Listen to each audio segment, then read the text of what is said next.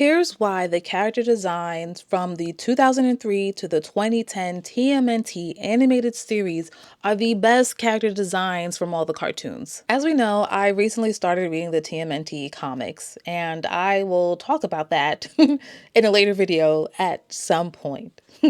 But as I'm reading the comics, I'm looking at the designs of the turtles, and it got me thinking about how their designs have evolved throughout the animated series. I actually think this is a great conversation to have for artists, animators, directors, character designers, and even writers, because here we have established and beloved characters, right? That each have their distinct character types. Each design either leans into their individual specializations or leans away from it. This brings about the question, how do artists and animators keep these four turtles true to their original designs and aesthetics and characters while still adapting them for new audiences and at the same time not abandoning or neglecting their longtime fans? Well, my favorite designs, as I said in the beginning, are from the 2003 through 2010 animated series. For me, these designs have a little bit more edge to it, which I see existed in the comics, right?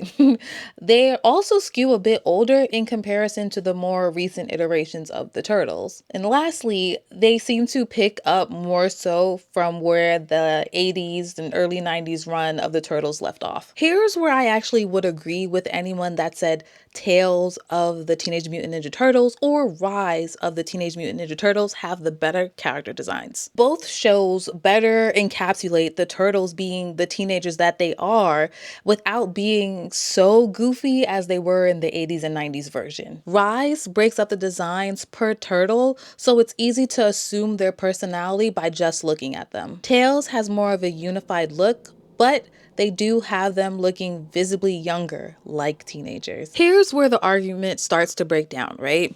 If you are a true TMNT fan, you know that there is no best design. There may be a live action or two where the turtles are a little bit on the scary side, but there's no best, there's only favorites. As I embark on pre-production for my own animated short, yes, of course, I'm looking at visual inspiration, right? But I'm also looking at inspiration to approaches. How we have the turtles whose designs or who themselves have transcended decades of iterations, but they are still able to retain their essence. With that being said, which TMNT designs are your favorites? Let me know in the comments, and I will see you on the next one. Bye.